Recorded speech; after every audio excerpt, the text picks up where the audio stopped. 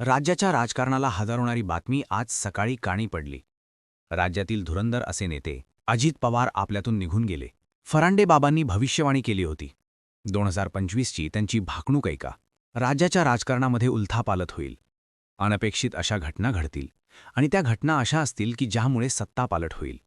या सगळ्या घटनांमध्ये 2026चा जानेवारी हाच महिना सुरू आहे. आज तारीख आहे 28 जानेवारी आणि अजित पवार आपल्यातून निघून गेले. ही घटना कशी घडली, यामध्ये काय काय समोर आलंय ते आज समजून घेणं गरजेचं आहे.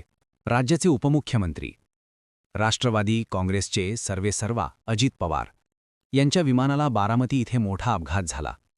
या विमान अपघातात त्यांचा मृत्यू झाल्याची बातमी समोर आली. ताज्या अपडेट्सनुसार या विमान अपघातापर्यंत 6 जणांचा मृत्यू झाल्याची माहिती समोर येतेय. दादांना घेऊन जाणारं छोटं विमान हे जळून खाक झालं. बारामती दौऱ्यासाठी ते आले होते. विमानतळाजवळच हे विमान कोसळलं. या अपघातात दादांचे 2 सहाय्यक, पायलट आणि इतर दोघांचा मृत्यू झाल्याची माहिती समोर आली आहे.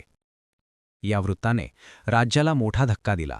जिल्हा परिषद आणि पंचायत समितीच्या निवडणुकींसाठी अजितदादांनी प्रचार सुरू केला होता. दोन्ही राष्ट्रवादी काँग्रेस या निवडणुकीसाठी एकत्र आल्या होत्या. महानगरपालिका निवडणुकींचा निकाल पाहता जिल्हा परिषद आणि पंचायत समितीच्या निवडणुकीसाठी त्यांनी प्रचाराला वेग घेतला होता. अपघात नेमका कशामुळे झाला, तांत्रिक बाब काय आहे, या सर्व प्रकरणाची चौकशी विमान प्रशासनाने सुरू केली. हे छोटेखानी विमान लँडिंग दरम्यान विमान कोसळलं. विमानतळाजवळच हे विमान कोसळलं. बारामतीमधील या भीषण विमान अपघातात 6 जणांचा मृत्यू झाला. त्यात महाराष्ट्राचे उपमुख्यमंत्री अजित पवार यांचा मृत्यू झाल्याची माहिती DGCA यांनी दिली आहे. लँडिंग करताना काही तांत्रिक दोषांमुळे विमान कोसळलं आणि त्यात या 6 जणांचा मृत्यू झाला. अजित पवार कोण होते हे सांगण्यासाठी कोणत्या लहान पोराला जरी विचारलं तरी ते सांगतील की अजित पवार कोण होते. पण अजित पवार आज आपल्यातून निघून गेले. जाता जाता अनेक मेसेज त्यांनी सोडलेत. एक, पुणे आणि पिंपरी चिंचवड महानगरपालिकेदरम्यान ते भाजपा विरोधामध्ये गेले आणि भाजप त्यांच्या विरोधात गेले. याच पिंपरी चिंचवड आणि पुणे महानगरपालिकेदरम्यान दोन्हीही राष्ट्रवादी एकत्र आल्या.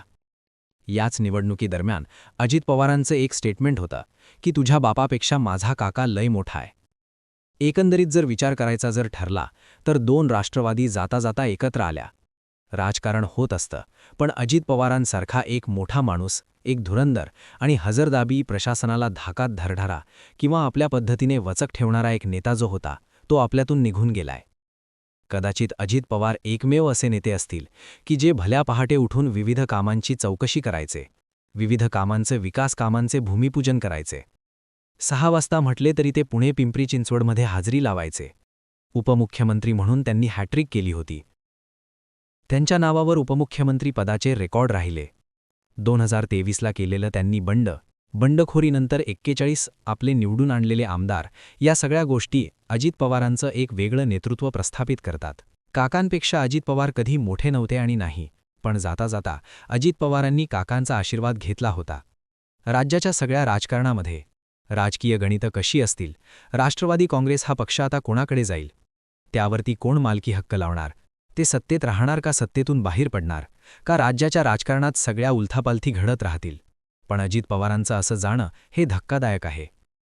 इतक्या लवकर जाण्याची वेळ अजित पवारांची नव्हती. पण म्हणतात ना, काळ आणि वेळ जर सोबत आली तर मग कुणाचंच काही चालत नाही. विमान क्रायसिसच्या या घडणाऱ्या घटना सांगतात की विमान प्रवास हा सोपा नाहीये आणि तो नाही केलेलाच कधीही योग्य ठरू शकतो. सध्याच्या घडीला अजित पवारांनी उभं केलेलं वलय, त्यांच्या खासदारकीपासून त्यांच्या आमदारकीपासून उपमुख्यमंत्री पदापर्यंत जाण्यापर्यंत अजित पवार धुरंधर राहिले आणि हा राज्यातील राजकारणातील धुरंधर आज आपल्यातून निघून गेलाय.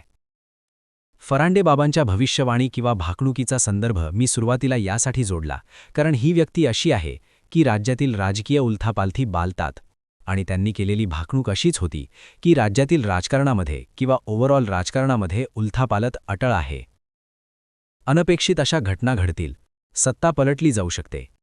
या सगळ्या घडामोडींकडे जर एकंदरीत जर बघितलं तर नवीन वर्षाच्या पहिल्याच महिन्यात अजित पवारांसारखे एक मोठं नेतृत्व आपल्यातून निघून गेले. आपण आणि आपल्या सगळ्या कुटुंबाच्या वतीने म्हणजे सगळ्या सबस्क्रायबरच्या परिवाराच्या वतीने अजित पवारांना भावपूर्ण श्रद्धांजली.